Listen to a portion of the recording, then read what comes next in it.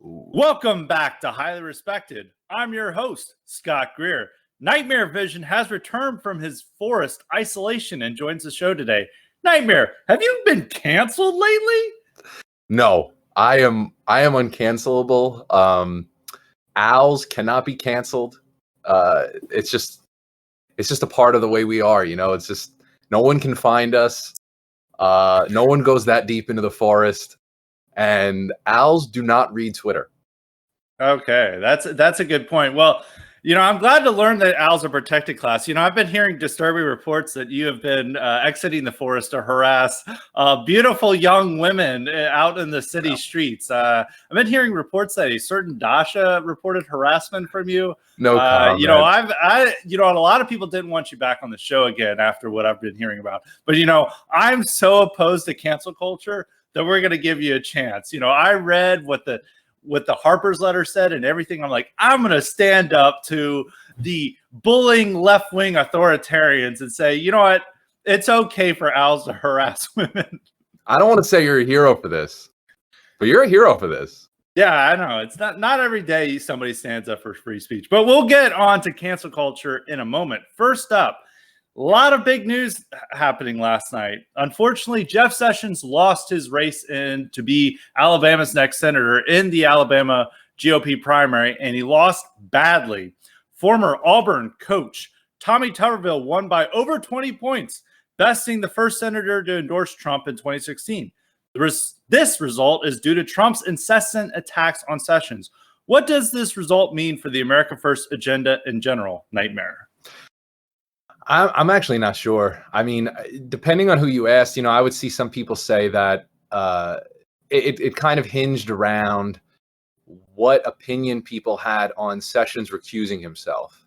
So, I've seen people basically say that he does deserve legitimate blame for essentially the whole Russiagate conspiracy, or allowing the Russiagate conspiracy to be conducted against Trump, which I think is pretty inarguable that it was damaging to the first term of his presidency. I don't know to what extent, but other people, I that's what I mean. I don't really know. I don't have my own opinion on like which one should prevail regarding this, because the other opinion was that essentially, Jeff Sessions' hands were tied and other people would have done the exact same thing in the situation he was in.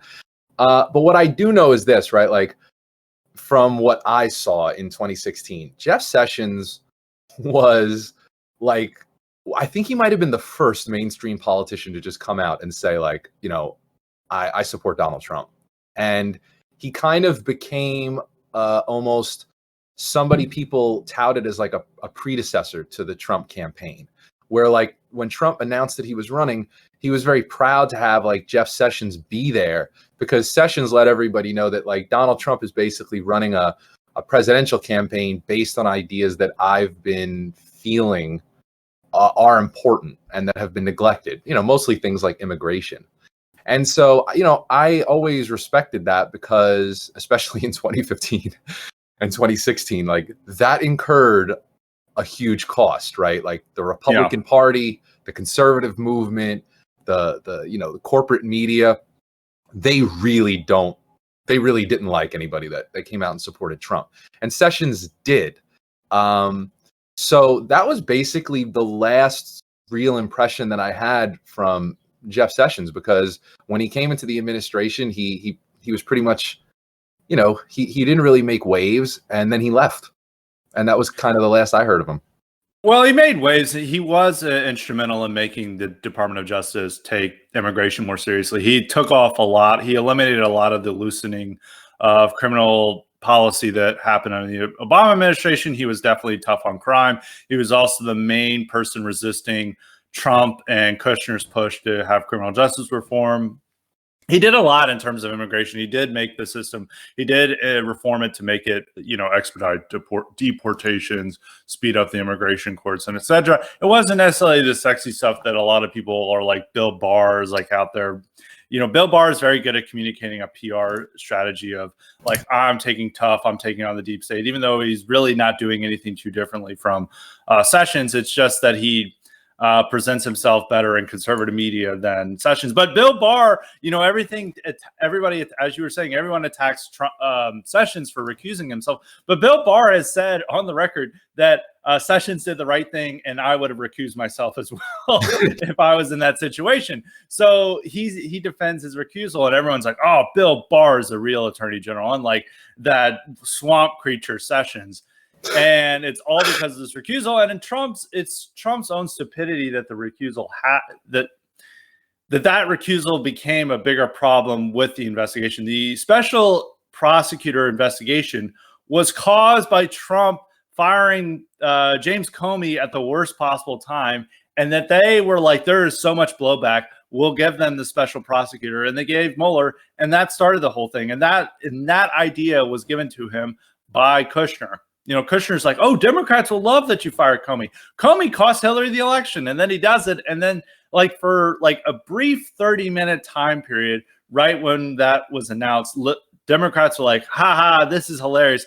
Comey gets what he deserves. And then 30 minutes like, wait a minute. It's much more politically beneficial for us to make hay out of this and say that this is the worst crime of the century, that Trump is obstructing justice. And sure enough, that's what happened. I mean, it's all in the past now. I mean, people can say that this hampered Trump. I mean, I think Trump relying on Paul Ryan to guide his legislative agenda was just as big of a problem as the Russia investigation. And it was worse. It was worse. I mean, they didn't do anything. They didn't engage in any of his main legislative priorities. The first thing they went after healthcare. Healthcare was a total disaster. And then they went to tax cuts. There was nothing about infrastructure. They could have started off with infrastructure, but he listened to Kushner, or rather Paul Ryan in that regard, and probably Kushner, and that's what hampered his administration. I think, and there's just this boomers love all the investigations and drama that mean absolutely nothing. Like we've talked about the Obama gate, and there's still people our country's in flames. We have a shattered economy. We have our whole heritage destroyed, and they still can care about what happened in Obamagate in terms of General Flynn. It's what happened to General Flynn is bad, but it doesn't matter. Who it only cares to those immediate people. There's nobody going to be arrested. This is just a Fox News distraction from the real issues, and people still care about it. Well, Jeff Sessions would have never gone after the people who went after Flynn. It's his immigration policy was way more important. And even though they're exposing all these people, the Department of Justice isn't doing anything about it. It's just another, a crime drama on TV for you to watch and to, track all these little characters that are involved. And it doesn't mean anything in terms of America. So that's the problem with Sessions' recusal. But a lot of people are running with this theory that the election in Alabama shows that the Trumpism is a personality cult, not a policy agenda. That Tuberville, who really doesn't have any strong policy positions, he just makes up things as he goes. And he even said, in response to the riots, that it's just about jobs and opportunities. And that's not what anyone is saying, but he just went along with it. And he's got a lot of amnesty boosters around him. And so he's like, I'm with Trump. I'm a football coach. I know how to win football games. That means banning the Confederate flag so I can recruit more black players, which he did at the University of Mississippi. And also he's like, I can also hide my players' rape convictions as well, which he did at Auburn. So he's like a general, been involved in tawdry business, business affairs and stuff. But he tied himself to Trump while Trump kept attacking Sessions, and people were like, well, I like Sessions, I like his agenda, but Trump hates him, so I'm going to vote for Tuberville. Yeah, and I mean, I have to say this, as somebody who, despite how disappointing Trump has been in so many ways, I've never stopped enjoying his ruthless just nastiness towards journalists and Democrats and stuff. But I have to say that for a while now he's been particularly nasty to Jeff Sessions, and I've always kind of found that off-putting and a little bit weird, just undeserved. Like he basically talks about Jeff Sessions the way he talks about like John Bolton. Yeah. And it's like one of these things is not like the other, you know? Yeah, and he has all these cabinet secretaries or people who worked in his administration who all come out and attack Trump. He's like, he's the worst president ever. I'm writing this book that's going to be a tell-all. They all have done this, like Mattis, his first Secretary of State, Bolton, even like Mick Mulvaney to a certain extent. Of course, Anthony Scaramucci, who's now like a total never Trumper shill. You know, all of these people, his first Secretary of State was Rex Tillerson. All these people have like come out and just attacked Trump incessantly. John Kelly's another. Like, there are so many. The only person who ever praises Trump, who's like a prominent like former cabinet member, is Jeff Sessions. Jeff Sessions is like, well, you're being mean to me, but I still love your agenda. You know, he's the only person who has not written a tell-all about Trump. He's the only person who's like, I still stand with your agenda. He keeps everything in a wraps, but he's just like, Trump is so obsessed with the recusal and that he just can't get over it. It's like a very petty, it's like a jilted lover who can't get over this like one insult. Like, out of all the bad things that have happened to Trump, it's like this one thing he can never forgive. And I mean, at the very least, you know, you would say, like, what you're saying is right, that like Trump should acknowledge that, like, when he came into the White House, it was basically like Sessions and Miller and Bannon who were the only people there that didn't secretly wish that like a coup was launched against him. Yeah. So you would figure he would at least restrain him, even if because Trump can do this. We've seen Trump do this before, where he like, you know, exhibits a kind of restraint. Maybe he's not too enthusiastic about somebody. He doesn't insult them, kind of just explicitly.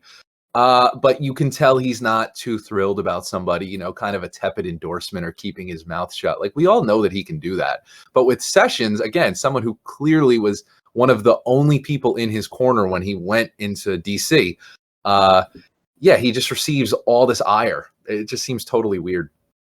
Yeah, and it doesn't make any sense, but he now got his result. I think there's a couple of conclusions here. One is that a lot of people have demanded that we have, you know, a specifically fervently anti-Trump nationalist movement, and like showing what's happened with Sessions is like, who was, albeit he was being pro-Trump, but he did not have the Trump endorsement, and Trump kept attacking him, and how he was well respected in Alabama. He had been a long-term senator. He had won in Alabama in 2014 unopposed. No Democrat even ran against him. And I don't think he's had a serious primary challenge before 2020.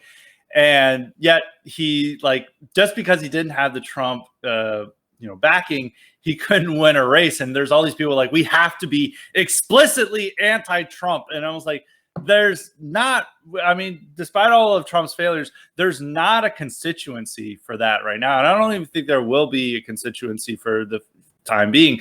And even this like kind of knee-jerk anti-Trump reaction that some people on the right want, there's like a few hundred people who are into that, like out of everyone. Like, there's not. I don't think you have to be like a total kind of blind loyalist Trump supporter. I think that's kind of a straw man that you see going around to acknowledge that there really is no, I mean, it's just the history. I mean, not to say like it's just the facts, but it pretty much is just the facts. Like there is no alternative to mainstream republicanism or any type of nationalist alternative divorced from like the personality of Trump. Anyone who was involved in like any type of dissident politics, not even just exclusively right wing, just like, looking for like niche kind of places. The environment before Trump, it was just like some blogs, man. Like this guy, it relates to one of the other topics you wanted to talk about, which is like, cancel culture and things like that. Donald Trump was uncancelable. Like in a way, he is uncancelable. When he ran in 2015, people may not remember. I didn't, this never occurred to me until you mentioned it once, but like, some of the, I guess, Knicks fans and other people like that, they're like too young to remember 2016, or people who weren't like People, I know that's like really they were shocking. still in middle school, I think. Yeah, like, you know, they were born November 10th, 2016. But then also, you know, just people who weren't like maybe politically involved or whatever. Seeing someone like Trump being able to say the things that he said and get away with it, and realizing that you had this kind of like just billionaire like asshole who just couldn't be moved. Like they couldn't get rid of him no matter how much they tried. And seeing him gather momentum, like despite all the attempts to get rid of him at the time, it was kind of like politically miraculous.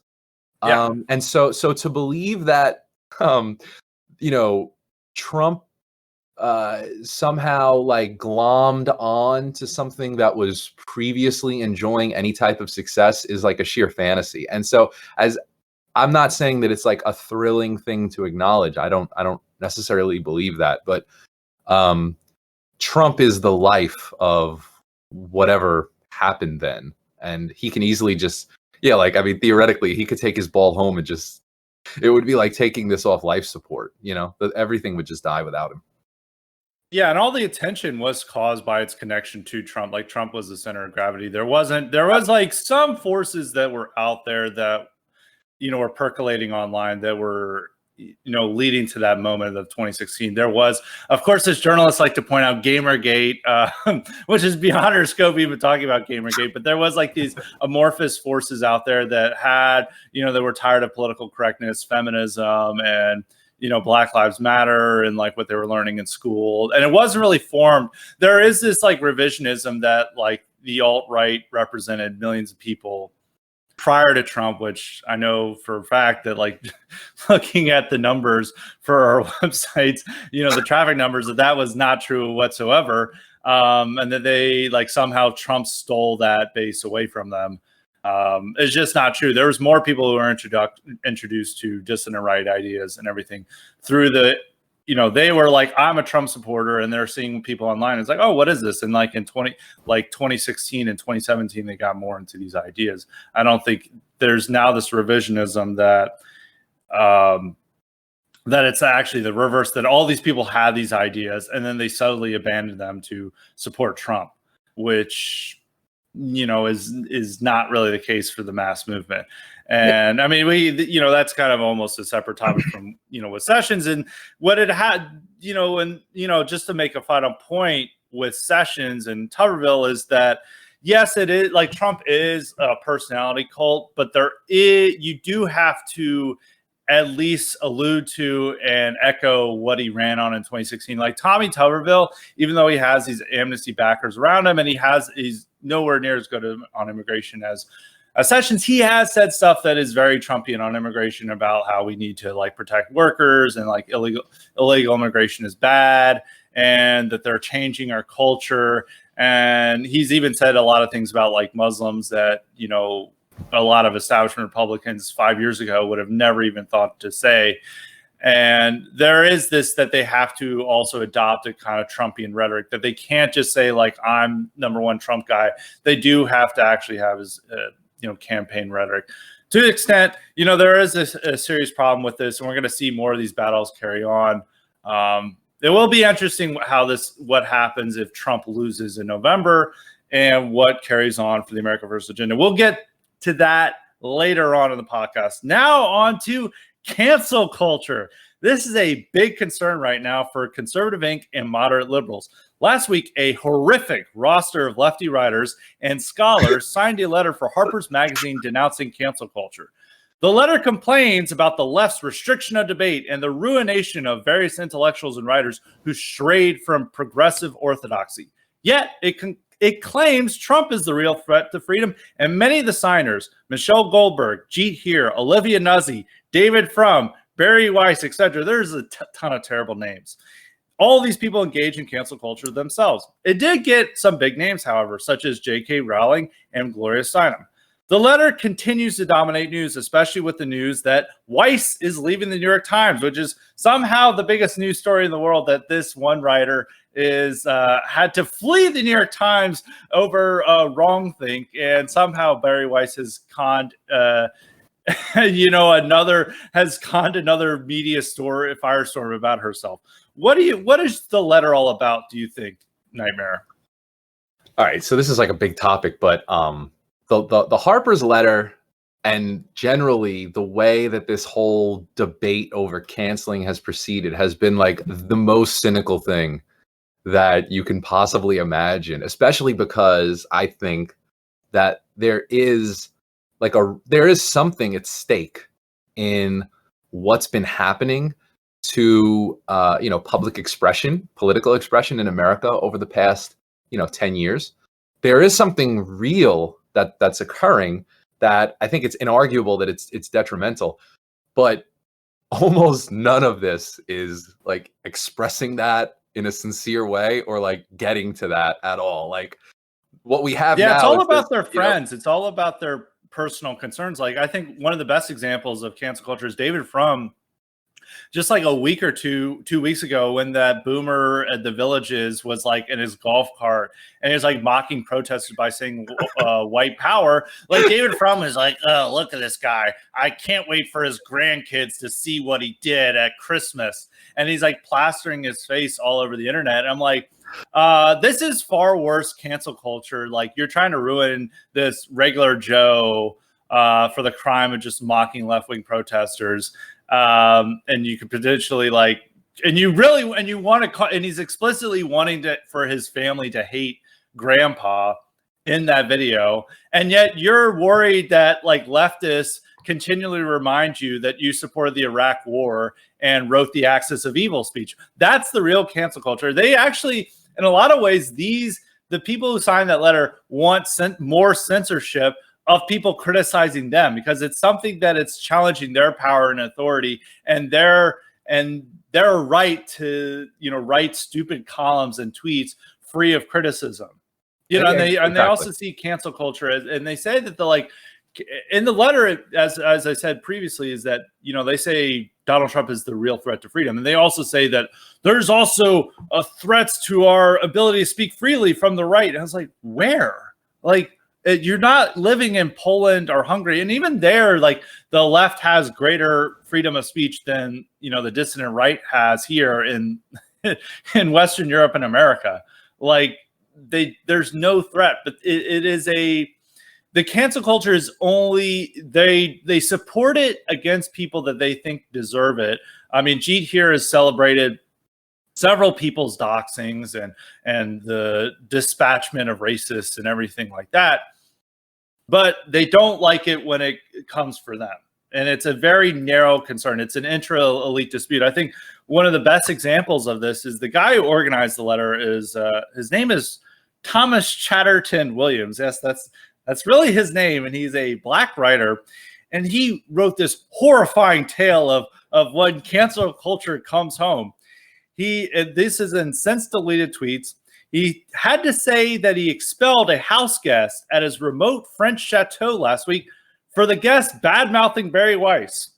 I feel that this is the gist of the complaints. I mean, this is just all like intra-elite. It's like you are in your remote French chateau and yet you feel oppressed because like your longtime friend has a different opinion about Barry Weiss than you.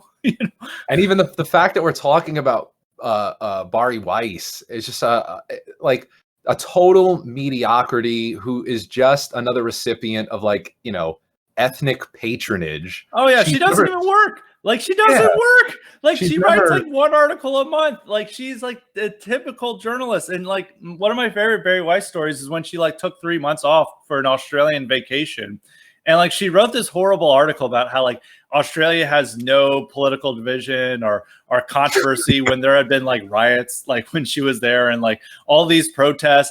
And then like most of the story is about her like meeting a guy on the beach and likely banging the guy on the beach. And like, we're all supposed to like, oh wow, this is like the journalism that New York Times is now missing on by her leaving. Remember, this is the woman that I'll never forget. She was on Joe Rogan's show during the I guess it was during the Democrat primaries, and she got like visibly flustered when he brought up Tulsi Gabbard, and she just launched into this like invective. Oh, Tulsi Gabbard she said Tulsi Gabbard is a toady for Bashar al-Assad. Oh my God, a toady for Assad. And then Joe Rogan, he does that kind of, I don't know if he knows more than he lets on, but he kind of does that I'm just asking questions shtick. Yeah. And he said to her, well, what exactly do you mean by that? And this woman had absolutely no clue. Like, she had nothing substantial to say. Like, she just wanted to give this kind of like millennial neocon version of an attack on somebody. And Joe Rogan actually asked her to kind of like, extrapolate, like explain, like, what does that mean that Tulsi Gabbard is a toady for God? And she had no idea what to say. And it was so embarrassing. And this woman is embarrassing. And the fact that she's even used as like the nexus for discussing like the growth of informal American suppression of political speech is embarrassing. Like, the whole thing is a joke because of people like her. And let me just get into this guy. I think this needs to be said because I haven't really seen anyone say this, but talking about someone like David Frum is very interesting relating to the phenomena of canceling, because I don't think this is an exaggeration when I say this, but I think it's inarguable that the history of American conservatism as like the kind of post World War II, crafted ideology is the history of canceling. And to a certain extent, I think you can say that conservatism in this period, the post World War II period, was the vanguard of canceling people. And in many ways, it defined itself primarily by its ability to cancel people. So this is like the irony of ironies here, that people like Ben Shapiro and David Frum and others consider themselves somehow champions of free speech when they are literally either directly or indirectly a part of institutions and actual blood relations and a political quote unquote movement that almost literally defined itself on its ability to cancel people. Like, before this thing that we call cancel culture existed, like, where were the most prominent examples of canceling to be found? Like, they're almost all found within conservatism. And David Frum himself, remember, speaking about the Iraq War, which he should never be able to live down, right? Yeah. David Frum used the Iraq War as an excuse to engage in essentially a mass canceling within the right. Like, we used to call it purging, right? But he wrote this piece that is kind of notorious to people who've, paid attention to like right-wing politics for at least, the past few decades. He wrote this piece called Unpatriotic Conservatives, which was essentially an attempt to cancel people. And there's like people like Pat Buchanan, Chronicles Magazine. There's a whole list, and Michael really, Novak, and the whole thing was like, Novak, these guys don't really love America. I think one of his quotes is talking about Tom Fleming, like saying like, at least France has a culture or something, and he's like, they hate America because they say that France has like a wonderful culture that we should respect, and they were all like saying that these are racist and anti-Semites, and was claiming out all these stereotypes, and the whole purpose is to drum all these people out of the conservative movement, and that is what. And they want that same power. All these people signing the letters, it's a power struggle with a woke, younger, like millennial and Zoomer left-wing culture that is primarily that a lot of the younger staffers. It's a lot of the signers to the letter were a lot of them were primarily Jewish, and a lot of the younger people are not. It's primarily a Gentile phenomenon. If you look at the younger people who are most into cancel culture, it's like Black journalists. A lot of the awfuls are into it. Of course, Indians and Asians are all into this, and they feel that this is like threatening them. And they are, of course, very insistent on saying that these people are anti-Semitic. And Barry Weiss's letter, she's like saying that like, there's so much anti-Semitism at the New York Times. Is like, what? What? That's the irony of this, is that Barry Weiss, her resignation letter, she couldn't even resist engaging in using the same type of language that cancels people in a letter denouncing cancel culture. Yeah. Like just the absolute hypocrisy. And there's not any real anti-Semitism there. I mean, and there's plenty of people. I mean, there's plenty of Jews on the other side as well. It's just that this was such a common tactic to use in previous discourse. If you look back at like what Washington Post writers and New York Times writers were saying about Pat Buchanan in the in the 90s, they were just like calling him Adolf Hitler, and like it was just like the most atrocious propaganda they're saying about Pat Buchanan and anyone else who may say something like that. And they've always used this trope, and now they're not really sure what to do now, because it's against people that have an equally great or an equal claim to victimization, as we're seeing with the Nick Cannon story, which is one of the most bizarre stories of 2020. Is Nick Cannon, who is always known as like the most family-friendly rapper, is now like indulging in Nation of Islam rhetoric about like Jews and whites. And so are many other black celebrities, with Deshaun Jackson, who's a Philadelphia Eagles player, and many others who are defending Deshaun Jackson.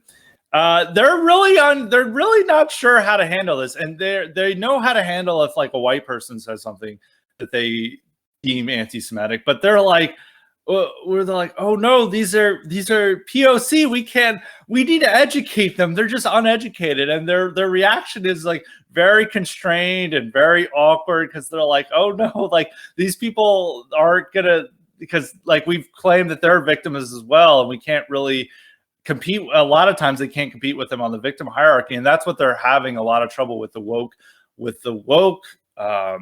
cancel culture crowd, is a lot of them have it equal or superior claims to victimization, and thus they don't really, they kind of shrug off the anti-Semitic accusations, and they have the power to, because there's a greater leeway given to blacks and other minorities to say whatever they want to say, and they can't really cancel them for anti-Semitism. So there's just this combat that is going on between these two groups, and really both of them suck. I mean, on one side are, as the Harper's letter, all these people who support military interventions. They still think the Iraq War was good.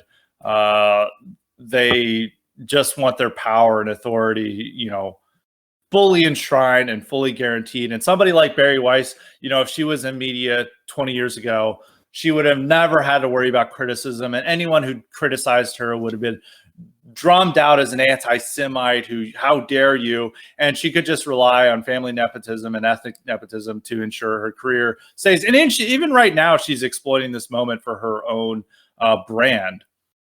So there's that old, and then there's like people like Jamel Bowie and others like that who are fully embracing their racial identity. And anytime that someone criticizes them, they're like, you're anti-black, and like, I'm a black man, and I'm just gonna write this crazy article about how slaves freed themselves, and no one can criticize it unless I'm gonna call them racist. And a lot of like, the older crowd, the older liberal crowd is worried about this, and they're like, we want to retain our power. We realize we're getting replaced. Scott, I think it's time just to face facts. Okay, we are sons of Yaqub. All right, and so as a son of Yaqub, I fully support my brother Cannon and my brother Deshaun. Okay, that's just that's just facts right there. All right. But the thing about Nick Cannon is he got canceled not for calling like whites like barbaric animals. He just got canceled for just like, nobody talks about his anti-white comments. They just talk about his anti-Semitism. He could have just called whites like the devil, who all they do is rape and pillage, and they're stupid and they're jealous of blacks, and he would have just like kept his job. Nobody would have cared. But the fact that he just went into anti-Semitism, that did get him canceled. But even he's having a large degree of support from the black community and others who are just like, this is BS. And they double standard for like non-whites are able to get away with stuff that whites could never get away with. And, I mean, talking about when bringing up the kind of, cynical nature of this, I think is really revealing, because in a way, it kind of does explain why Bari Weiss has been made the center of this, because to kind of like restate what I think you're getting at, but just in like a more like kind of open way. I think in a lot of ways what's going on right now is there's a attempt, Bari Weiss is being used in an attempt to kind of reassert or reinstantiate like Jewish liberal hegemony over the direction of basically the millennial left. It kind of functions the same way that neoconservatism did over Boomer and Gen Xers.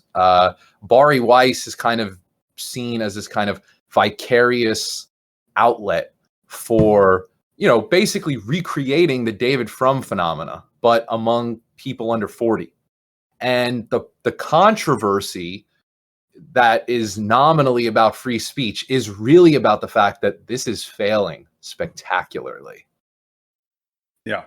There's already been several people who signed the letter who had to apologize and and back away from it. And they realize that there is like a coming power struggle that they're not going to win.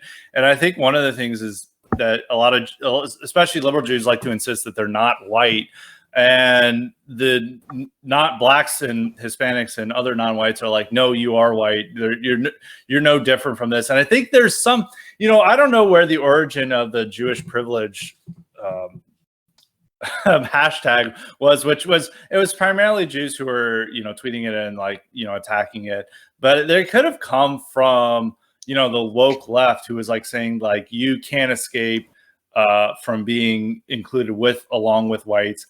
Like, we don't see you as part of our group, and you're going to just have to deal with it. Like, we're taking over, and you're not going to get our spots just by saying that we're non-white, we're Jewish. Like, non-whites are saying like, no, you are white. Yeah. And I think that's a very tough thing for a lot of these liberal Jews to accept, and they don't really know how to handle this situation. And there's other people who have I think a lot of the people who are leading this are people with no degree of racism or oppression. I mean, you're looking at it and you're seeing tons of Indians leading these efforts who are like the most like PC, you have to use gender pronouns, like systemic racism is terrible. Like no whites in position of authorities at all. And then they get elevated and they pretend that they've suffered racism and oppression. And of course, they're Brahmins who like horribly mistreated the lower caste for generations, and now they get to pretend that they are the oppressed underclass who's taking over. So there's a lot of situation there, and I don't think that the conservative media's reaction to it has been really dumb and not deep at all. And as you were saying, a lot of these conservatives have participated in cancel culture. Well, all the loudest voices decrying cancel culture have participated. I think Ben Shapiro is the worst example. He's like, cancel culture is terrible. It's shutting down speech. Well, he has an interview where he's saying racists should be doxxed and fired and have their lives ruined. And it's like, that's way more cancel culture than any other concern. And they don't focus, in both sides, the centrists and the moderate liberals and the conservatives, don't really focus on what their real cancel culture is. And there is a real cancel culture. It is about these ordinary people who speak out against Black Lives Matter, who say Facebook posts that somebody finds and sends to their employer and they lose their job. There have been so many examples in recent months of this real cancel culture, from like 16-year-olds making a TikTok that blacks find offensive and their whole family getting doxxed, their parents losing their jobs. I think one of the most insane examples of this is there was this student at a Baptist university in Texas who made this video that was completely inoffensive. It was like, it was mocking the media's reaction. I'm sure many of you have seen it, where she's showing them shrugging their shoulders at black on white murder and like white on white murder, or black on black murder, and then white on black murder. It's like fear. It's a fiery background, and it's like screaming, and it's like saying that like the media cares far more about white on black murders, and they ignore all this other type of violence, which is 100% true. She got expelled from her university. That is the real cancel culture, and that is something that affects normal people's lives and their ability to speak out. And they actually lose their livelihood, and they always have to deal with a Google search history when they're applying for work or applying for school, that they're going to see this person is a racist, and that will make it far harder to gain employment and gain access to other services. Yeah. While like Barry Weiss is paying no price. Like there's like conservatives tweeting out like Barry Weiss paid a heavy price. Like what heavy price? Like she's like wealthy already. Like she has a huge platform. What? She didn't even get fired. She resigned. No, she left. She left, and she only left because she realized that she can make probably more money and have like a bigger platform by leaving the New York Times. And she decided to turn it into another media sensation, which she's very good at. So they ignored it. Conservatives, to their credit, will pay attention to some of these cases of cancel culture. They won't, unless there's like too much racism, then they're not going to care about it. They're not going to defend, some school bus driver who said that they should use lethal force against rioters, which there's actually a bunch of cases in South Carolina of like public employees who lost their job for demanding that the government use more aggressive force against the rioters. They're not going to focus on that. They're just going to they're primarily, the difference between them and centrists and how they treat cancel culture is that the centrists are trying to defend their own power and authority against, a rival elite. Conservatives primarily care about cancel culture because it jeopardizes, their ability to get articles published in the Washington Post and to get jobs, at CNN. They are very upset about Lincoln projects. Ben Howe, if people have been on Twitter for a while, they've probably made fun of Ben Howe. Ben Howe is so pathetic and awful. Like, this is just really funny. He got fired for old tweets by the Lincoln Project, and they're like, this is cancel culture. He's made amends. This is the stuff they care about, that they can't live down past offenses, and that hurts their careers. They don't generally care about the social-wide cancel culture. And one of the most indicative statements about a conservative view of cancel culture comes from my old employer, the Daily Caller. They said they posted this horrible tweet in response to the activist group Sleeping Giants, which primarily targets conservative sites and outlets and gets advertisers to drop them. And they've been very successful at Breitbart. And they said this in response to Sleeping Giants calling them white nationalists. Here's the Daily Caller. Quote, "Please stop. We have a diverse newsroom and said many times we regret deeply mistakes made in screening past writers. Ignoring this and pretending it was on purpose is dishonest and dangerous. Guilt by unwitting association equals McCarthyism editors. Hashtag cancel culture." This tweet only brought mockery from Sleeping Giants and other leftists. The tweet says it's okay to cancel racists, but it is not okay to cancel the Daily Caller, because the Daily Caller should get more ad revenue because they follow the left's dictates. Cancel culture is only a problem when it goes after diverse, anti-racist newsrooms. Most other conservatives who cry about cancel culture are similarly cringe, as I've talked about. Why is like conservatives not worried about their own constituents, but they're more worried about Barry Weiss, Matt Iglesias, and their lost Google ad revenue because of I wonder why. Well, I think, okay, let me just go back to discussing a little bit of the history of conservatism here, because we brought up David Frum, but this goes even back before Frum, right? It goes back to even Bill Buckley, right, with like the John Birch Society, right? Like, I mean, not to get into the weeds too much here, but when conservatism was kind of forged in America, it mostly defined itself as an anti-communist ideology, meaning that it really didn't have a kind of like substantial positive content to it. You had these kind of really bad attempts by people like Frank Myers. I don't know if anyone in your audience knows who Frank Myers is, but he was this kind of political philosopher, quote unquote. Like, and you got to remember, like, all these people are like CIA shills, right? Like Buckley, all these guys are just being paid by like NGOs and foundations and stuff to start their projects.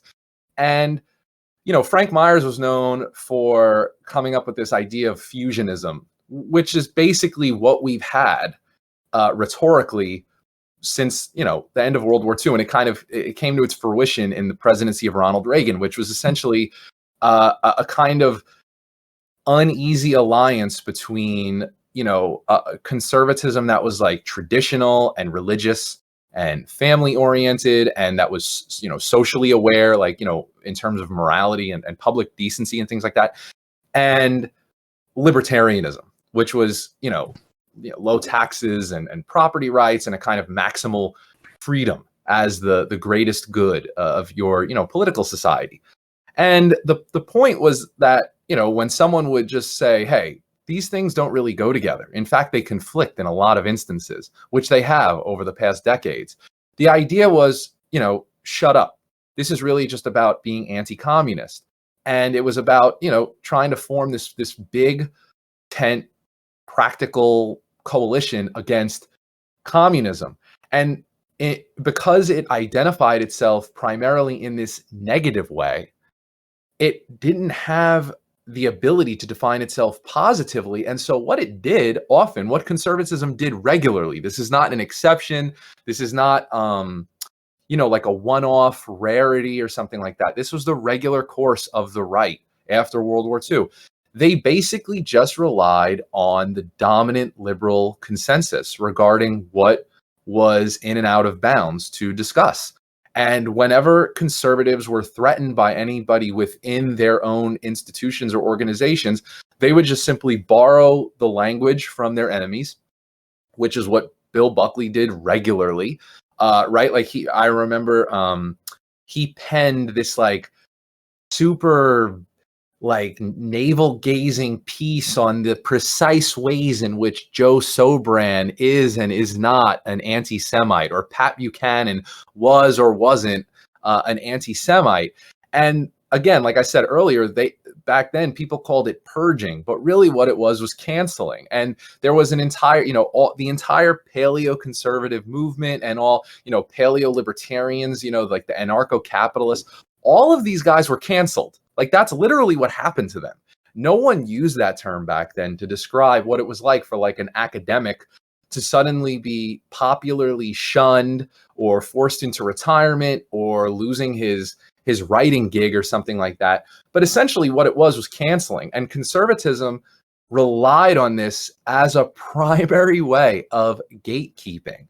And in a lot of ways, what's going on now, and the irony of it shouldn't be lost on anybody, what's going on now is the regular course of conservative politics spilling out to the wider culture. And this kind of it dispels a little bit of this idea that this is just solely a phenomena of like cynical liberals and stuff. And it also shows that conservatives do not have a leg to stand on discussing this, which is particularly important because, as you said, Scott, there is a real issue here. This is not just Bari Weiss and the temper tantrum of millennial Jewish liberals realizing that they no longer have this kind of hegemonic dominance over, like institutional discourse, like at places like the New York Times and stuff, because they're being challenged by, a new generation of people that don't have the same kind of deference to Jewish power that conservatives and older liberals had, right? Yeah.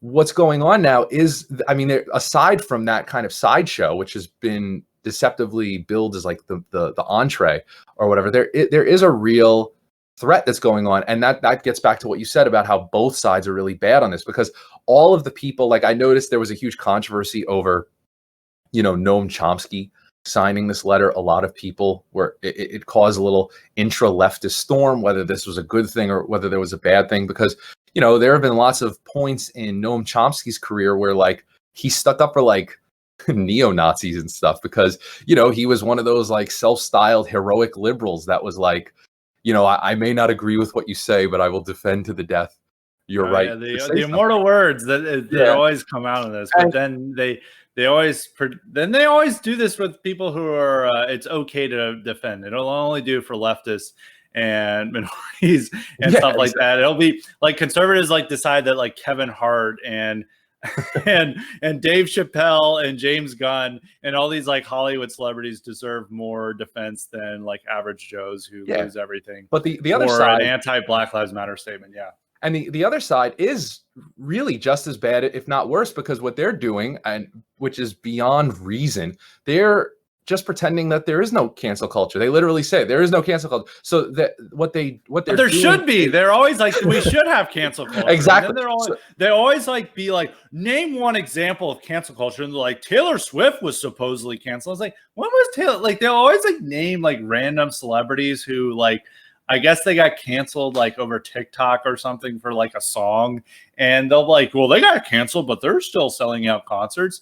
And it's like that's not what cancel culture is. And conservatives open themselves up to these stupid arguments by focusing on celebrities and pundits who are not in fact canceled. Like, so they're able to say that there is no cancel culture based on these stupid examples that centrists and conservatives provide. Yeah, and it demonstrates the, like, what you use the phrase, I think, like intra-elite nature of the dispute, but it is really like they can't help but accidentally reveal that it's mostly a class issue amongst themselves. Like, that's why they're bringing up celebrities and things like that, because it's like unconscious, but they obviously don't mean to do this because it looks bad, but the average person is just not visible to any of these people. And so the other side says that, you know, there is no cancel culture, but yeah, we wish there was one.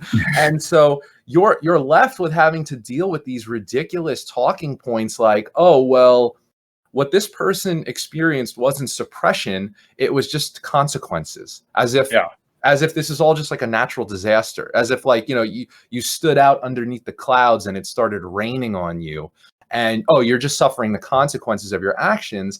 When, I mean, I haven't heard anyone say this. I haven't read this anywhere, but, you know, someone should say this, right? Like, freedom of speech doesn't mean anything if it doesn't mean freedom from consequences. Like, yes, like, you should not suffer consequences for what you say at all. Like, any consequences to your livelihood or to your social life or things like that. Not that, like, you know, if someone doesn't like what you say, they don't have to keep talking to you, of course. But the idea that you're going to be met with like mass ostracization by like millions and millions of people and stuff like this, or that you're going to lose your job, all of those things actually nurture an extremely suppressive environment. And then the other thing that you see all the time is that you'll say, oh, this person is being canceled because of their speech or whatever. And they'll say, oh, no, that's not speech. That's racism, or that's bigotry, or that's harassment. And there really is there has been no like counteroffensive to what is essentially this bad faith approach, where they just definitionally render a political speech act as out of bounds just right away. And so it's equivalent to what they're doing is preying upon, I have to admit this, they're preying upon what I think is a very normal human impulse, which is to, you know, restrict what people say to a degree. Like, I'm a bit partial to this kind of illiberal criticism of, you know, notions like free speech. I think that every society does have taboos. You know, they have like religious prohibitions on what people should and shouldn't say. They have moral prohibitions, and certain things are always proscribed in every society. But what's going on now, and they won't admit this because, again, they're trying to manipulate these things to come out in their favor. They're trying to render, you know, political speech acts as if they are just as taboo as, you know, what would be traditionally considered taboo in like a Western Christian society, like, you know, openly advocating for like pedophilia or, you know, rape or murder, which is like ironic because some of these people actually are advocating pedophilia, and they're considering that speech when, you know, something, like something much more pedestrian, like not agreeing with like Black Lives Matter or whatever media contrived movement is occurring right now, is actually considered violence.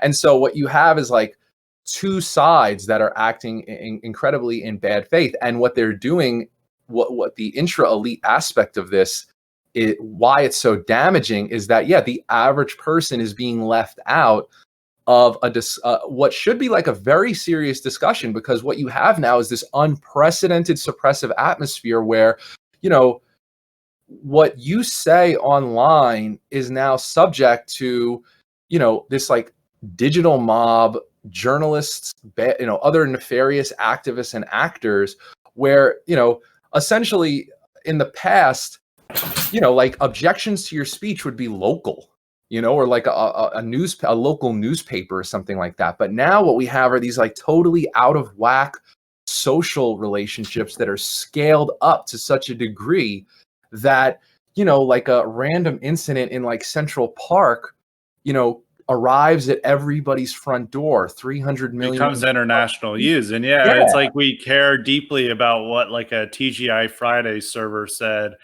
in Milwaukee. Like this is now the national news, and this is just like we have all these scapegoats to, you know, further cement what is the prevailing orthodoxy in our society. So we always like need to find victims for that ideology. And there is actually a pretty good example of cancel culture that came up over the weekend. Yet all these cancel culture critics were remarkably silent. Of course, I'm talking about Tucker Carlson. Senior writer Blake Neff was forced out of his job last week over politically incorrect posts he made on the AutoEmet forum. AutoEmet is basically 4chan for law school. Our law school attendees. Conservatives stayed silent while many of the Harper's letter signers celebrated this development. Why didn't they care about cancel culture attacks on Blake Neff? Yeah.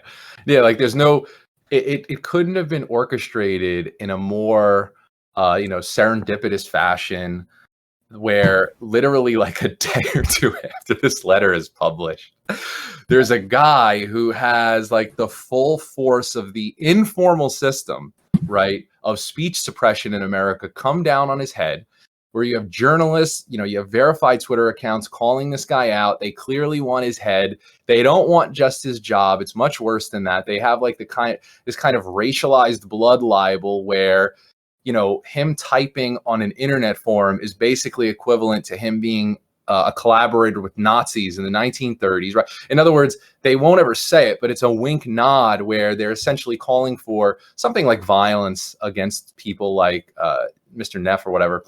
And this is all, again, within like 48 hours of this, like this clarion call for free speech and defending the you know, the marketplace of ideas and stuff. And in a way, it was beautiful, but only in how morbid it was, and how all of the people who were trying to champion or style themselves as champions of speech literally got exposed as you know, insincere frauds within like one, you know, less than a news cycle.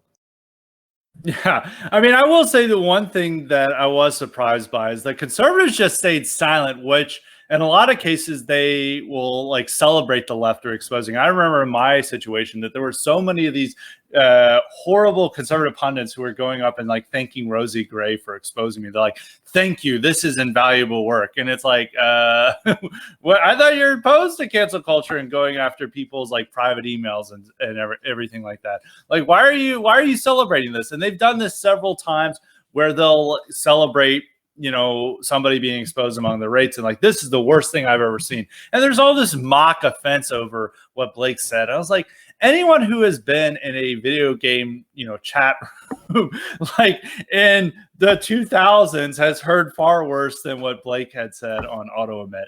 So, and that's like millions of people have heard that and engaged that. And there's even some conservatives who have engaged in far worse things as well. There's this horrible Con Inc. shill, Caleb Hull, who was a few weeks ago exposed for saying the N-word on video game chats and like others similar type of activity. And a lot of the people who stayed remarkably silent about Blake were like, I think Caleb deserves a second chance for what he did. And it's just a matter of like who you are and what they decide to and make. This point, very few of these people were defending him. Very few of the people were defending him. I mean, it is a testament that you have to be careful online. You got to make sure that you're not revealing too much personal detail. So like journalists and Antifa don't figure out who you are. But of course, you know, Blake has paid the full price for it. And what he did is not really that, and is totally out of proportion to the punishment he's receiving. So I don't think there's once again, everyone, you got to be careful online. And it's just another reminder of that. But you know, one thing that a lot of people, you know, switching gears from necessarily the conservative response to it or in the centrist response to it, is that there's a lot of people on the right who are upset with Tucker's on-air reaction to the whole ordeal on Monday night. It wasn't ideal, but it was about the best we could expect with Fox execs lurking over Tucker's shoulder. Tucker essentially said Blake made a mistake. He paid a huge price for it, implied he opposes racism, and then directed his fury at the leftist ghouls who relished in Neff's demise. A lot of the right found this to be a cuck response. I didn't think so because, like, given the circumstances, like, it was about as best as we could expect. It didn't really even say what he, like, Blake said that was racist or anything. He didn't really call it racist or sexist or, you know, any of those type of terminology. He simply said that, like, he made a mistake. He's paying a huge price for it. And the real villains are the left-wing journalists who are going after him. And I would largely agree with that. What do you think about his response? Yeah, I think that criticism lacks a little bit of perspective, right? Like, I mean, you could just imagine what anyone else would have said. Maybe the host on another show, maybe the host would have resigned. Like, it could have snowballed easily, which is, by the way, what everyone desperately wants to happen to Tucker. And so the fact that he kind of just like confronted it in a way that showed that he was aware of how delicate the situation was and how threatening it was potentially to him, while not really even like having to like engage in this like ritualistic humiliation of one of his own employees, perhaps friends. That's pretty deft, you know. It's difficult to do. Like I said, most people on the right would have just immediately set their friend on fire. They would have fed, you know, they would have threw him under the bus. They would have fed him to the hounds. You know, any analogy you could possibly think of. Conservatives would have been more than happy to do it. So just the fact that Tucker decided not to do that, while not, you know, just like, you know, I'm going full Wignat and just, you know what? Yeah, he's like, hire Neff. And it's like, I'm tired of him. I'm naming him. And it's like, this is what people want. Actually, even all the people who are complaining about Tucker, even if he did that, they would be like, actually, he's still rooted in liberalism. So he's an enemy. He's stealing our audience. Like, we hate him. This is what Zog is wanting us to do. You know, there's some people who will just like hate Tucker for whatever he does. I don't know. There's like beginning, a lot of people you see on the online, right, who are now just like attacking Tucker. And I was like, what, for what reason? And they always have like the silliest reasons. And it's always like, yeah, okay, Tucker's not going to be on Fox News if he's doing exactly what you want. And you would still not be happy because it's ultimately rooted in jealousy that you think you should be the one getting all the attention, not Tucker. And you should be the one with the Fox News primetime show, not Tucker. And everyone should think that you're the greatest thing ever, not Tucker. And it's just primarily rooted in jealousy. I mean, what Tucker also did, which I do think relates to the broader discussion of cancel culture, was that Tucker showed that he was aware that this is mostly insincere, and that this is something we have to keep in mind, right? Like, you were talking about Caleb Hull using like racial slurs and stuff on the internet. All of these people that we're dealing with now, all these journalists, they're all the same as Caleb Hull, right? Like, they're all millennials. They're all in their 30s or late 20s. They all grew up on an uncensored internet. They all grew up on a pre-woke internet. And so when they turn around and they are enforcing this kind of informal system of suppression, they are all being liars, because none of them were like this their entire lives. None of them sincerely believe it even now. Well, some of them obviously do, but a lot of them don't even sincerely even believe it now, but they're relying on it precisely as a weapon. And in a lot of ways, that's what wokeness is in its essence. It's a kind of weapon that you can use against your competitors, which is why none of these people will ever ditch it. And you know, it's really important to understand what's going on right now, because that's why the informal suppression of speech is so important right now. And that's why a lot of leftists are able to say that there is no cancel culture, because what they're saying is, well, point us to a formal system of speech suppression in the United States. And, you know, there actually are certain things you can point to, but this is largely an informal system, and they rely on it as informal, because that's what allows them both to deny its existence and wield it as a weapon. And when Tucker's boy got caught out, you know, due to his own, let's say, like temporary incompetence or, you know, whatever, when Tucker got caught out in a situation like that, he didn't engage with it on a, you know, like a surface level. Like, he understood that there were like other things going on behind the scenes, you understand? And that's why he dealt with it, I think, the way he did, because what he recognized was like, wait a second, like they basically just fired a shot at my gang, you know, and they got one of my guys and they're really coming for me. And so, you know, something like that can't, you know, he has to deal with it in a way where he doesn't look like he's defending, you know, speech that everyone at this point will consider like out of bounds and worthy of informal suppression.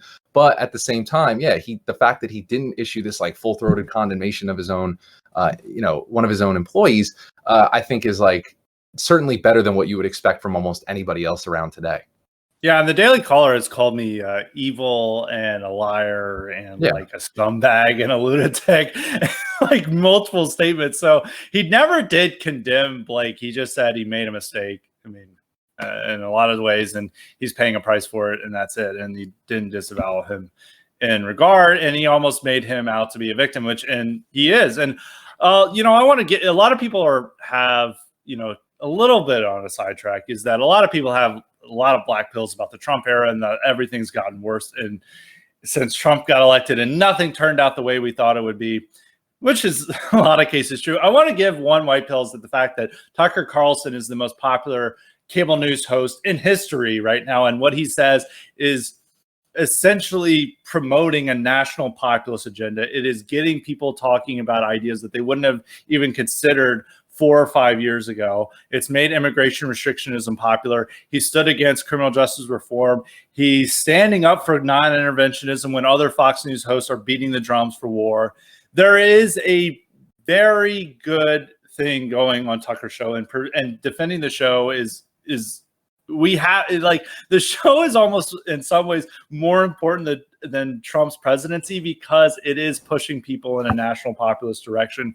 When you know Trump is the center, Trump is what has made this all possible, but Tucker is directing it in a way that will ensure that it survives whatever happens in November.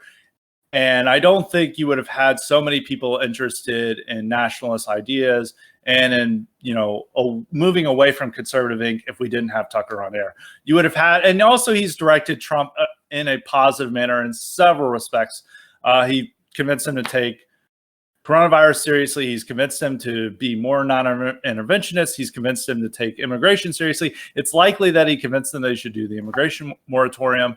So there's all these things that are happening because of Tucker. And I think a lot of normies and boomers are more interested in nationalism solely because of Tucker, and complaining about him because he's, you know, too libertarian or he's a civic nationalist or whatever is just, you know, it's what he does positively is far outweighs any negatives that might be about Tucker. So that's like, you know, I think some people need to take that in consideration. One bad thing is that I'm not sure how Tucker will survive without Trump in office. I mean, if Fox fired Tucker, I think one of the things that has protected Tucker is that if Fox fired him, Trump would be very angry and would be tweeting up a storm about it. And Fox and Tucker, I mean, Trump is Fox's most important viewer, and they care deeply about what he thinks. So that is one thing to keep in consideration. And, you know, now moving on to another topic, moving on to the campaign. This is a reader question from one of our wonderful patrons at the highly respected Patreon. This one comes from Mike. He asks, Trump is not looking good against Biden. He's way down in the polls, and they're campaigning on Dems are the real racists. What do you think has gone wrong with the Trump campaign? Well, I think there's a lot that has gone wrong with the Trump campaign. Some things have been outside of their control. Like coronavirus, there is not too much. I mean, people all want to say that this is all Trump's fault. I'm not sure that there's much he could have done in February that could have prevented the massive scale of economic devastation and massive loss of life. If you look at other countries that, you know, were taking it seriously, I mean, if you look everywhere in the world, they had also bad experiences with coronavirus. I mean, one of the things that we still have the lingering effects of it, as in summer, is like people, you know, states are now shutting down again. A lot of that is due to the response of our government, that the federal government is limited in a lot of the ways that it could do. And a lot of the people who were celebrated for their response to coronavirus they actually had a terrible response, such as Whitmer in Michigan and Cuomo in New York. So Corona is a lot of ways is outside of his control. He can't cure it overnight. And there's several other factors, the unrest. There's just so much chaos in this country that, yes, there are ways he could keep it under control, but he doesn't really have necessarily the power to do that. I mean, the military resisted his efforts to get him to, our military resisted efforts to send them in to deal with a lot of these riots going on in many of the big cities in the country. So that's a lot out of his hands. Also, they don't have a real message for this campaign. Like, what are they campaigning on? And before coronavirus, they had the Trump economy, like everything is going great. Like we have the record low unemployment for every racial group imaginable, even though I'll never mention whites. Jobs are booming. Everything's great. Coronavirus took that all away. I mean, the stock market is recovering, but this is once again showing that doesn't necessarily translate into Main Street profitability or prosperity. And there's, millions and millions out of work. And I mean, the economy is growing again, but a lot of their messaging is like, wasn't everything great in February? And it's like, that's not necessarily the best. It's like the job market in January was awesome. It's like, well, what about the job market in July? It is slightly improving, but it's still abysmal. I mean, due to coronavirus. He's also having to they haven't figured out an effective tactic against Biden. I mean, they want to say like he wants to defund the police. Biden says, I'm not for defunding the police. I actually oppose that. They want to say he stands with the statue destruction. He says he wants to defend Columbus statues, which a lot of Republicans don't want to do. They say he's a secret socialist, and while his platform probably on the platform he has on his website isn't that different from what Bernie Sanders was advocating.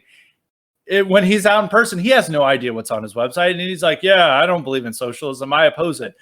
So they're just stumbling around trying to find a message for him. They're settling on now that pretending he's Bernie Sanders. They had some stupid ad where they love attaching people's faces to movies, and they had like a scene from Troy, and it's like Biden is the Trojan horse, and inside is AOC and Bernie Sanders, and they're just like, and AOC has her mouth agape as always in all these stupid meme videos they love.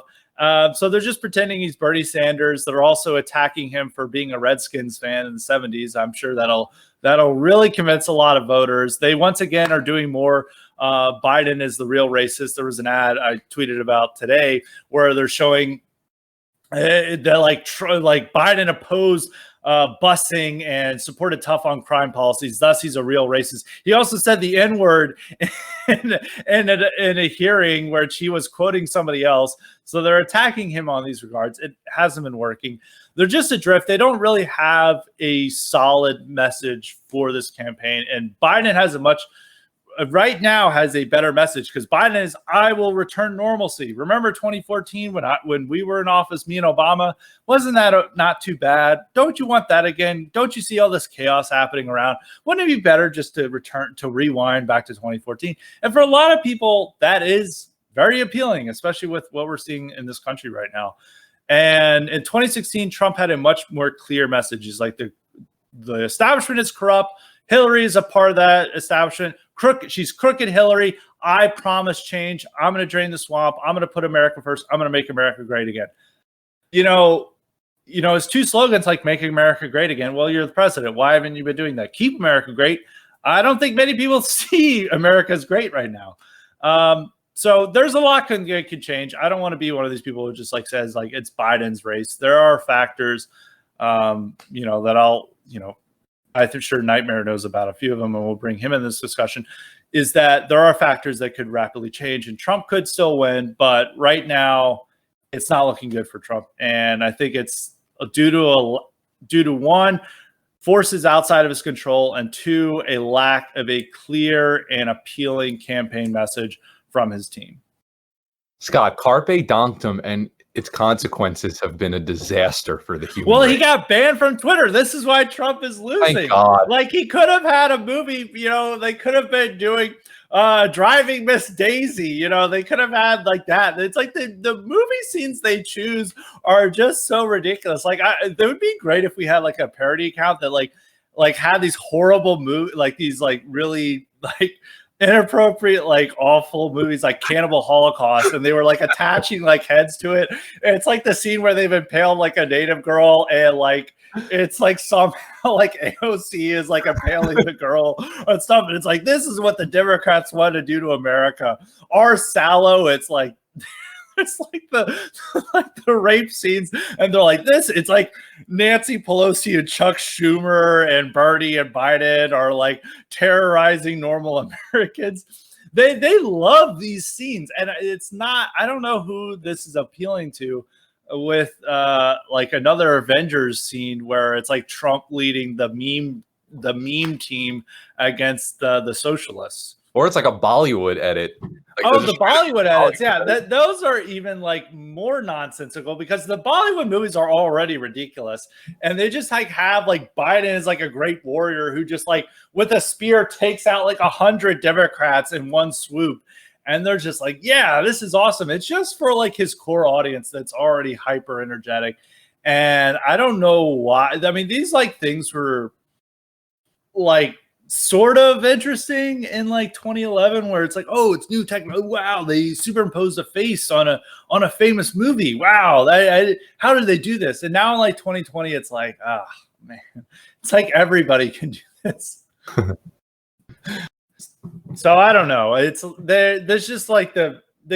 I mean, the thing is, like those movies ads are almost in some ways better than what the RNC want to point out, which they just want to talk about criminal justice reform and thinking and like permanent funding for historically Black colleges. It's like they imagine that Blacks are the only demographic they need to appeal to.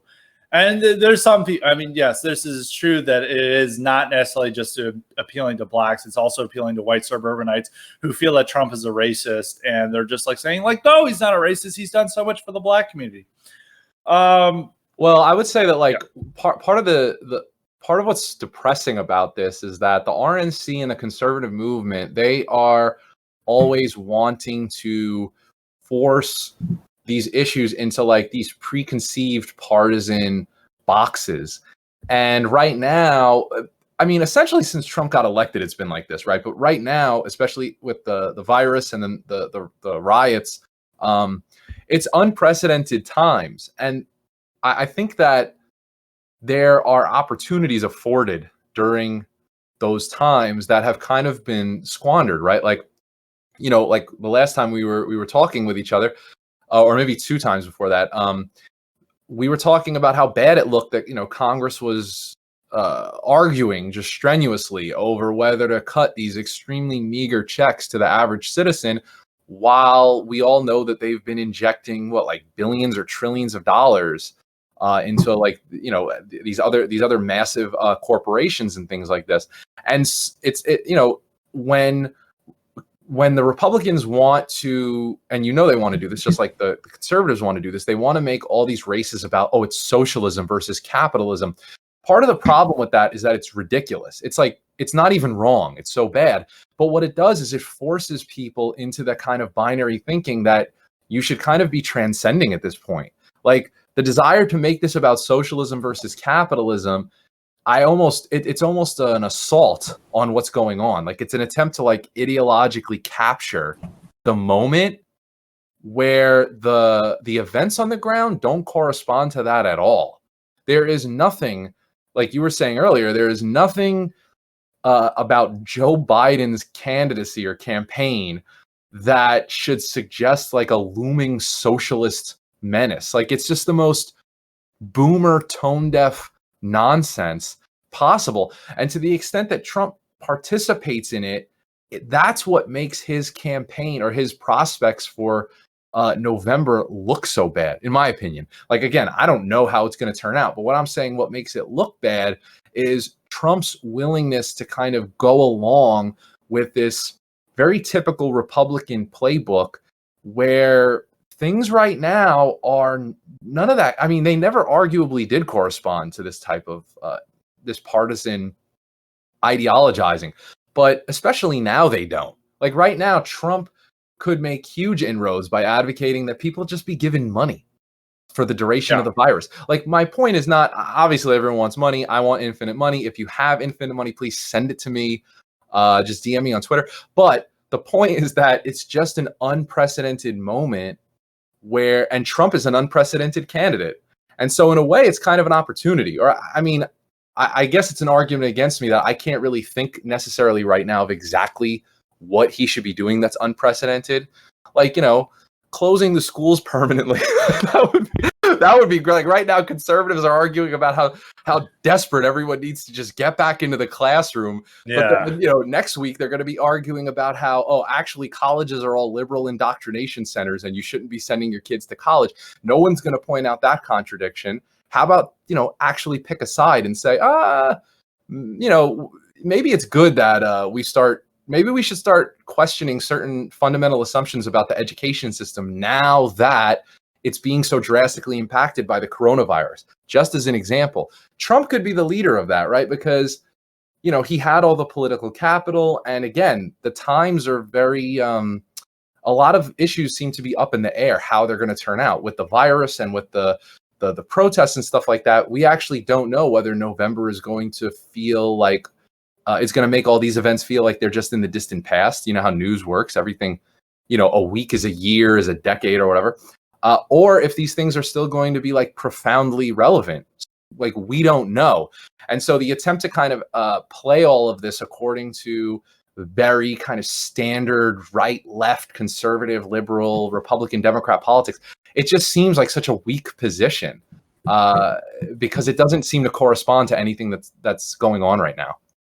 Yeah, exactly. And they really just can't figure out a way to make people afraid of Joe Biden, as you were pointing out. I mean, there's not even this kind of hatred for Biden among conservatives. I mean, there's pretty good data for this.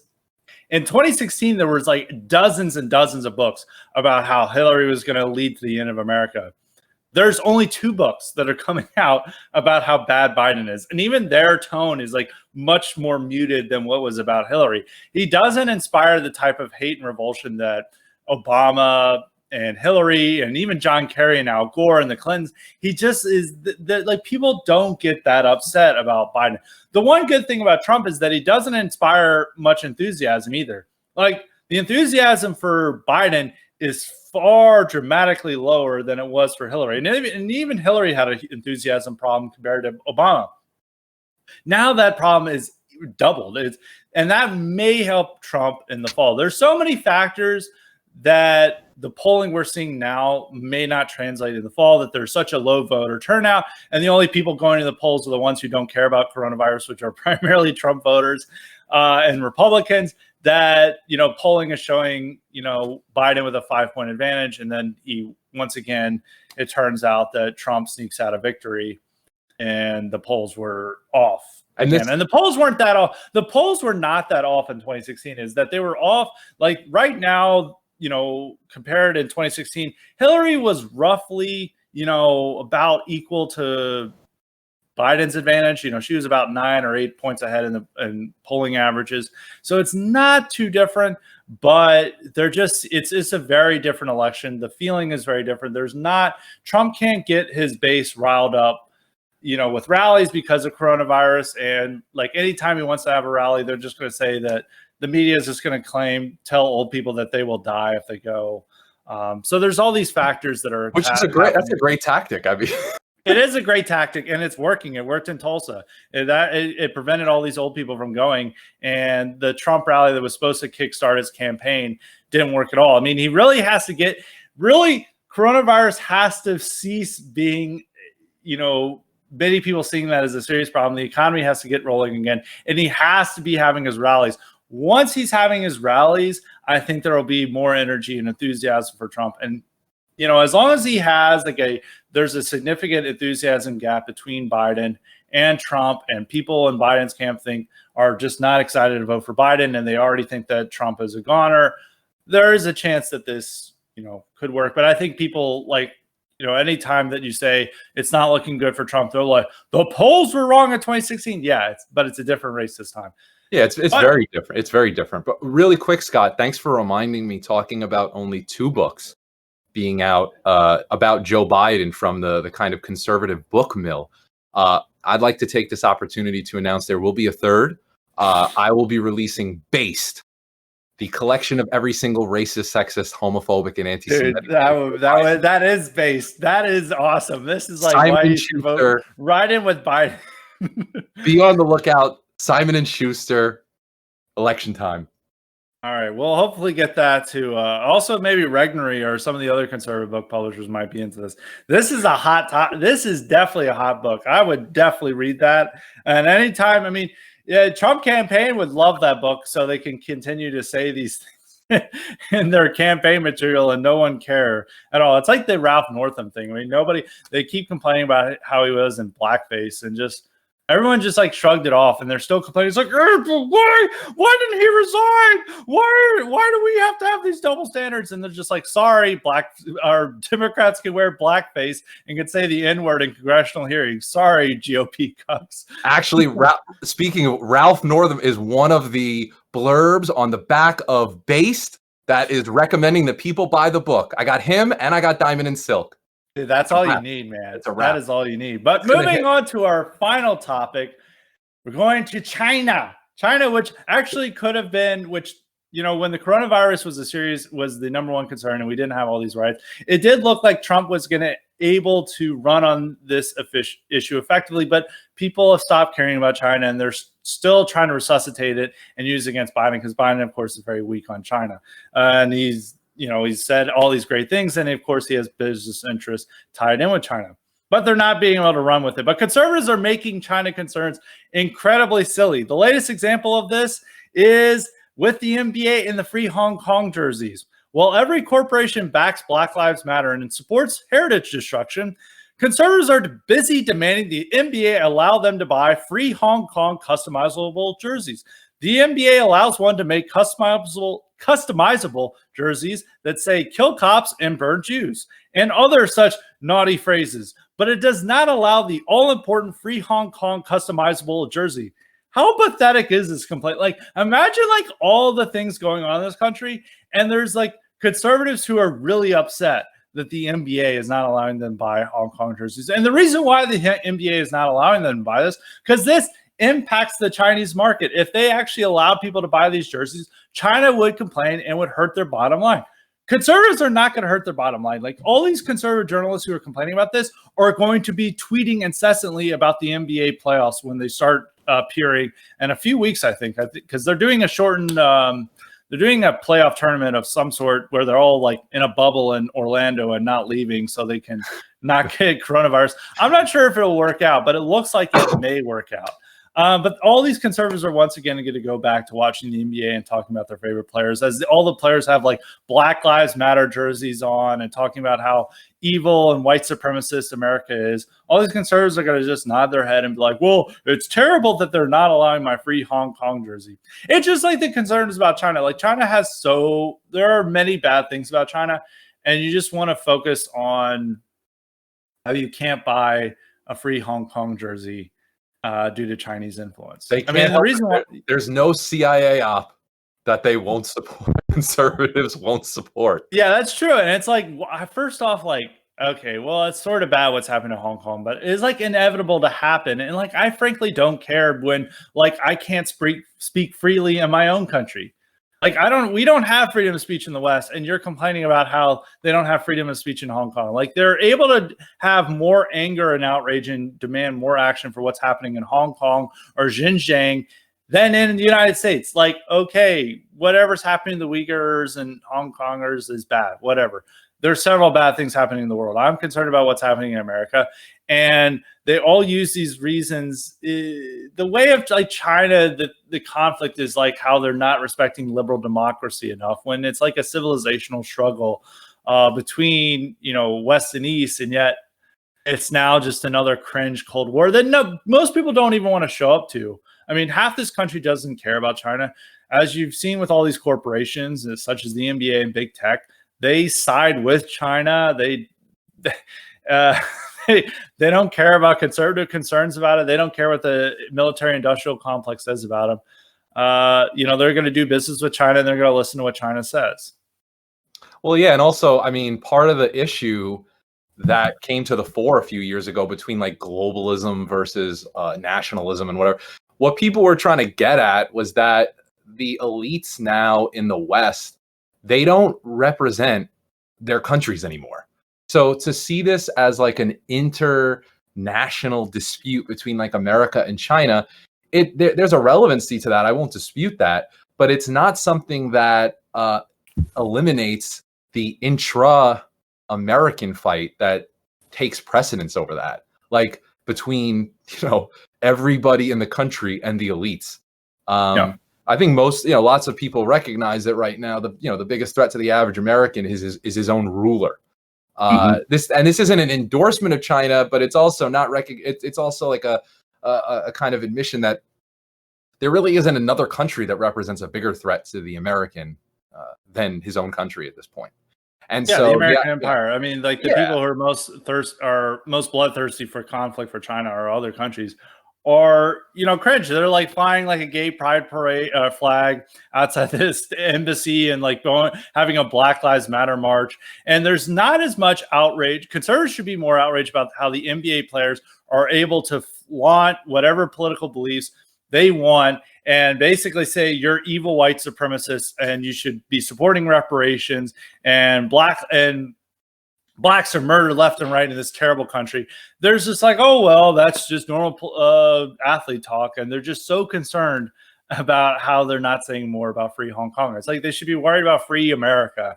And going along with these pathetic concerns about China is the demand to ban TikTok. Is out of all the tech companies that they're concerned about TikTok because of its involvement with the Chinese government. Now, I'm open to some of these ideas that there are, sketchy things about it. And maybe there's, there are things that with data that the Chinese could be using through this app. And it's probably a wise idea for the military to ban this app on base. But they're acting like the Chi Coms are brainwashing our kids with propaganda. I was like, do you know what's on like the other tech platforms? Do you know what's in like their schools about like Black Lives Matter? Like every curriculum now has to have like pro Black Lives Matter material and teach about the horrors of slavery and white people in general. And you're concerned about like kids like doing dances on like TikTok. Like TikTok is a very normie platform. It is not dominated by journalists. There's a lot of people have pointed this out on Twitter, is that there's a lot of like, frankly, wholesome content or like conservative content. You'll see a lot of like high schoolers on there throwing up, the Trump flag or Confederate flag. There was like one video where it was, praising the Confederate flag that got over 100,000 views and was liked by most people on the platform. It is a platform that's designed for normies. There is a way for connecting with conservative people.